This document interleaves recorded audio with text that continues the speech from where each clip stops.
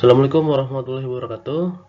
Hari ini kita mulai belajar di tema 1, subtema yang kedua. Setelah sebelumnya ya kemarin kita sudah melaksanakan ulangan untuk subtema 1. Di pembelajaran 1 ini kita akan belajar banyak hal. Untuk itu perhatikan baik-baik agar nanti ketika ulangan kalian bisa mengerjakan soal dengan lebih baik lagi dari yang kemarin ya. Jangan lupa untuk tekan like ya yang ada jempolnya itu video ini, dan juga subscribe video ini bagi yang belum. Berikutnya ya, kita sudah belajar bahwa hewan adalah salah satu makhluk hidup. Makhluk hidup selain tumbuhan dan juga manusia. Ternyata hewan ini bisa berguna. Manfaat hewan bagi manusia itu ada banyak. Ya, kita sebutkan saja. Misal ini yang pertama hewan sapi. Sapi itu ya bisa kita manfaatkan dagingnya untuk diapakan? Daging untuk dimakan. Kemudian dimanfaatkan juga susunya ya untuk dikonsumsi oleh manusia setiap hari untuk mendapatkan vitamin. Kemudian ayam ya, hewan yang kedua ini ayam, itu bisa dimanfaatkan telurnya karena ayam itu bertelur. Dimanfaatkanlah telurnya untuk kita makan setiap hari.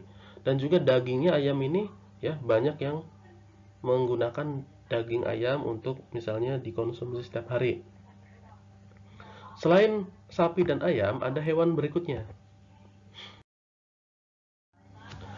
Nah, di sini bisa kita lihat bahwa hewan selanjutnya adalah kuda.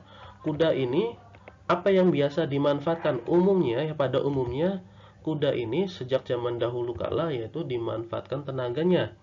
Sebelum adanya mobil ya, sepeda motor atau sepeda bahkan pesawat terbang itu ya, sebelum sebelum itu semua itu dimanfaatkan oleh orang zaman dahulu untuk alat transportasi bepergian dari jarak yang dekat bahkan dari jarak yang jauh. Ya, tenaga kuda ini sangat besar dan juga sangat kuat. Untuk itu kuda ya salah satu hewan yang dimanfaatkan oleh manusia. Ya, tentunya di padang pasir misalnya ada hewan onta ya. Kalau di sini ada hewan kuda. Kemudian ada hewan domba, itu biasa dimanfaatkan bulunya ini sangat tebal sehingga bisa sebagai bahan kain wol, sebagai bahan jaket supaya badan kita tetap hangat. Selain itu mungkin ya seperti kambing itu dagingnya juga bisa kita manfaatkan. Kemudian apakah hanya ini saja? Ya banyak. Kalian bisa bayangkan hewan-hewan sekitar kita seperti misalnya eh, bebek ya, itu apa manfaatnya? Coba kamu pikirkan baik-baik apa yang bisa kita manfaatkan dari bebek. Berikutnya, nah ternyata selain sebagai bahan makanan ataupun dimanfaatkan tenaganya, ada hewan yang memang di beberapa negara yaitu negara Myanmar, Kamboja, dan Thailand itu mereka tidak berani mengganggu gajah, bahkan dianggap suci.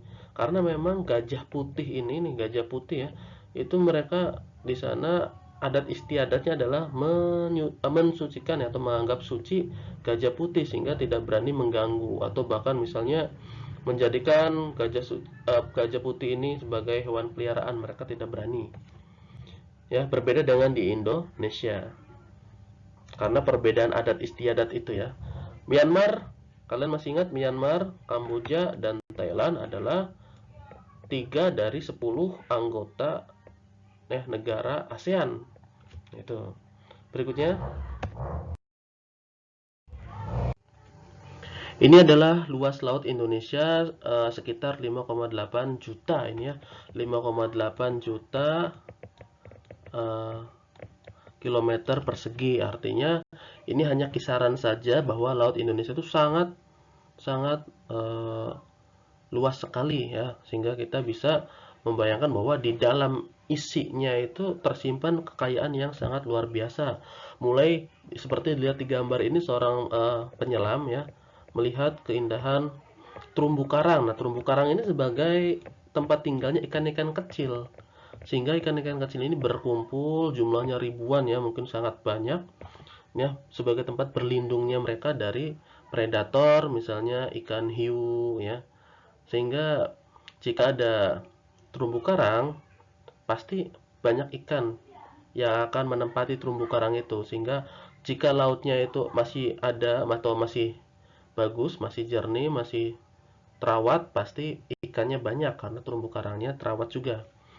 Ya, bisa kita bayangkan di tengah-tengah laut kita itu tidak hanya ikan kecil, bahkan ikan seperti ikan paus, ikan hiu, ikan tuna, ikan lain-lain itu yang badannya besar-besar itu pasti tersimpan sangat banyak di tengah-tengah laut.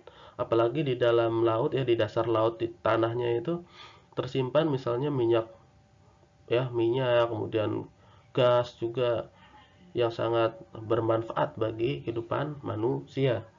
Itu tentang kekayaan laut Indonesia, ya. Berikutnya. Nah, tadi sudah Bapak singgung mengenai ikan tuna, bahwa ikan tuna itu badannya ya lumayan besar ini untuk dikonsumsi setiap hari. Ternyata yang minat itu adalah banyak negara, termasuk negara-negara ASEAN. Mengapa sih, Pak? Negara-negara tetangga kita itu sangat suka ikan tuna, karena ikan tuna itu kaya akan sumber protein. Proteinnya sangat tinggi, kemudian menyehatkan jantung, ya, terutama bagi yang punya penyakit jantung, dan juga bisa menyehatkan mata. Ini hanya tiga dari berbagai macam apa namanya, kegunaan atau manfaat ikan tuna, ya, keunggulan ikan tuna dibandingkan ikan yang lain. Nah, ini sangat membantu para nelayan, ya, ini sebagai produk unggulan para nelayan jika diekspor ke luar negeri. Berikutnya, ya, ikan tuna adalah salah satu makhluk hidup, sama seperti ikan-ikan yang lain atau sama seperti manusia juga, sama seperti tumbuhan. Salah satu ciri makhluk hidup adalah berkembang biak. Berkembang biak itu apa? Menghasilkan keturunan, ya. Mengapa ikan tuna harus berkembang biak? Mengapa misalnya pohon mangga harus berkembang biak? Ya, tujuan semua makhluk hidup berkembang biak adalah sebagai upaya melestarikan jenisnya supaya lestari, tidak punah, tidak habis, tidak hilang.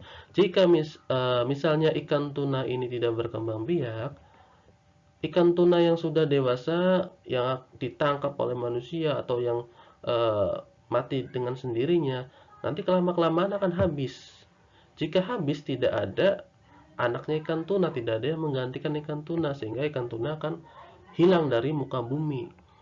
Ya, kita bayangkan misalnya pohon mangga yang di sekitar kita itu tidak berkembang biak, semuanya tidak ada yang bisa berkembang biak, maka mungkin 10 atau 20 tahun yang akan datang tidak akan ada lagi buah mangga di rumah kita, ya. Kita tidak akan bisa makan buah mangga karena ya buah mangganya semuanya mati. Itu tujuan semua makhluk hidup berkembang biak supaya melestarikan jenisnya, tidak punah, ya. Intinya tidak punah. Berikutnya. Nah, bagaimana cara perkembangbiakan hewan tersebut? Ada 3 cara. Ini akan muncul dalam ulangan, maka perhatikan baik-baik. Cara yang pertama yaitu dengan cara ovipar. Ovipar itu hewan yang bertelur, mempunyai telur. Ya, telurnya akan menetas sebagai hewan yang baru atau anaknya. Contohnya adalah ayam, bebek. Itu mereka bertelur. Disebutnya ovipar. Awas, ingat ya, ovipar, bertelur. Yang kedua yaitu secara vivipar, yaitu melahirkan saja, tidak ada telurnya. Misalnya apa? Kucing, ya. Hewan kucing itu ya melahirkan saja. Tapi ada hewan yang dua-duanya, yaitu ovovivipar, ya, gabungan dari ovipar dan vivipar, itu ovovivipar. Bertelur dan melahirkan. Nanti akan Pak Bayu jelaskan apa itu bertelur dan melahirkan. Nah, ini ya. Ini adalah contoh hewan ovipar, yaitu hewan yang bertelur, ya. Misalnya ini adalah burung, ini adalah angsa, ya. Burung dan angsa ini ya memang bertelur, ya. Angsa mempunyai anak itu ya dari dalam telurnya itu sendiri. Oleh karena itu disebut dengan hewan ovipar, sama seperti burung. Berikutnya. Hewan vivipar yaitu hewan yang melahirkan saja, tidak ada telurnya, misalnya gajah, kucing, monyet, singa laut, lumba-lumba ya. Ini semuanya melahirkan, tidak ada telurnya memang. Kita tidak pernah melihat telur gajah ataupun telur kucing, telur monyet, semuanya melahirkan. Dan terakhir tadi, nah inilah yang disebut dengan hewan ovovivipar, yaitu punya telur dan juga melahirkan. Maksudnya bagaimana? Contoh ini ikan pari. Ikan pari itu di dalam perutnya ya itu akan ada telur anaknya ya. Telurnya itu disimpan di dalam perut, tumbuh, berkembang di dalam perut. Ketika waktunya tiba, telurnya akan menetas. Nah, telur yang menetas itu adalah ikan pari kecil. Lalu dari perut ikan pari itu keluarlah ikan pari kecil atau anaknya. Jadi telurnya memang ada di dalam perut, lalu setelah telur menetas, anaknya itu keluar dari tubuh sehingga disebut dengan melahirkan. Itulah gabungan dari bertelur dan melahirkan. Sama juga dengan hewan-hewan lain yang ada di gambar ini, semuanya juga sama, bertelur di perutnya, lalu anaknya keluar sendiri, yaitu melahirkan. Itu seperti orang melahirkan ya. Berikutnya, nah sekarang kita bahas ya, tidak hanya Indonesia saja, sekarang ke negara-negara ASEAN. Potensi ekonomi negara-negara ASEAN. Ekonomi itu apa? Kegiatan untuk menghasilkan perekonomian yang ada di negara-negara ASEAN ya, untuk meningkatkan pendapatan. Nah, misalnya ini Brunei Darussalam. Salah satu sektor yang terkenal di Brunei Darussalam itu adalah minyak bumi dan gasnya. Mereka kaya akan minyak bumi dan gas, sehingga di sana itu banyak pabrik-pabrik minyak bumi dan gas. Mereka memang kaya akan sumber daya alam tersebut, sehingga tidak heran ya. Pada dasarnya memang negara-negara ASEAN ini mirip. Coba kita lihat ke negara berikutnya. Nah, ini seperti foto dari negara Indonesia, yaitu Filipina. Filipina sama seperti Indonesia, mereka kaya akan pertaniannya. Ekonomi mereka itu cenderung ke pertanian, mulai dari sawah, perkebunan ya, dan macam-macam lah. Sama seperti Indonesia, tidak jauh berbeda ya.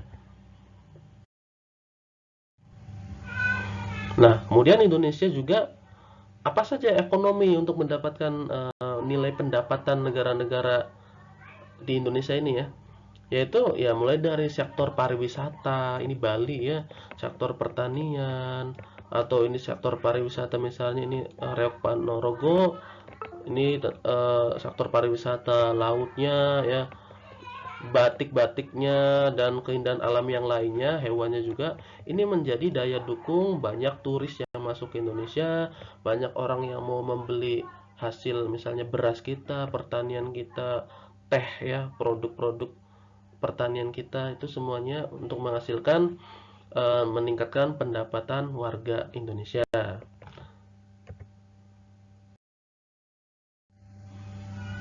Kemudian Kamboja, di sini ada sungai terkenal di Kamboja ini yang di sekitar sungainya ini, di sekitar sungai Kamboja ini eh, tersimpan kekayaan mereka yang sangat makmur. Pertanian mereka makmur karena memang dekat dengan air, yaitu sungai dari Kamboja yang sangat panjang dan juga lebar ini ya, sangat luas sekali.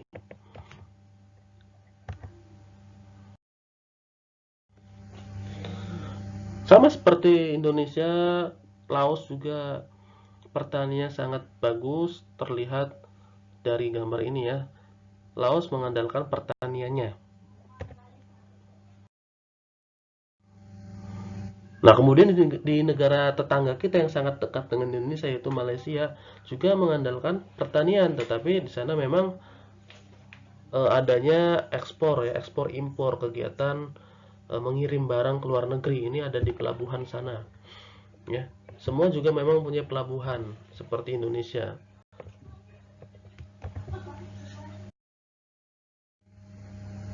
Berikutnya di negara Myanmar juga di sini ada kebun ya, kebun teh. Tidak jauh berbeda dengan Indonesia yang punya kebun teh ya, ternyata. Nah, salah satu negara ASEAN yang terkenal akan ya kegiatan ekonomi atau bisnisnya itu Singapura. Ini menjadi transit ekonomi ya, banyak pengusaha-pengusaha yang eh, bertempat tinggal di Singapura untuk menjalankan bisnisnya. Memang Singapura ini adalah salah satu negara favoritnya pebisnis dunia. Kemudian Thailand ini ya, Thailand juga sama seperti Indonesia, Laos, Myanmar. Bahkan Thailand itu disebut sebagai lumbung padinya ya, lumbung padinya Asia. Memang Thailand ini sangat luas akan pertaniannya.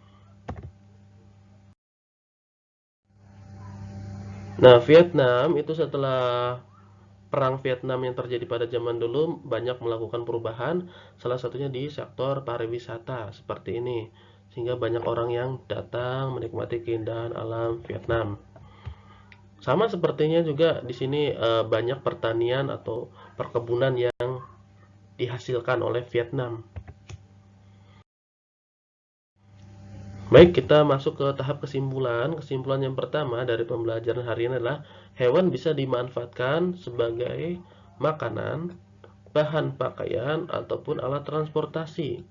Sebenarnya tidak hanya ini, tapi hari ini kita hanya belajar itu tadi ya. Hewan dimanfaatkan makanan, bahan pakaian, ataupun alat transportasi. Kemudian, kesimpulan yang kedua, hewan berkembang biak dengan cara ovipar, vivipar, dan ovovivipar. Ingat, tujuan berkembang biak adalah untuk melestarikan jenisnya.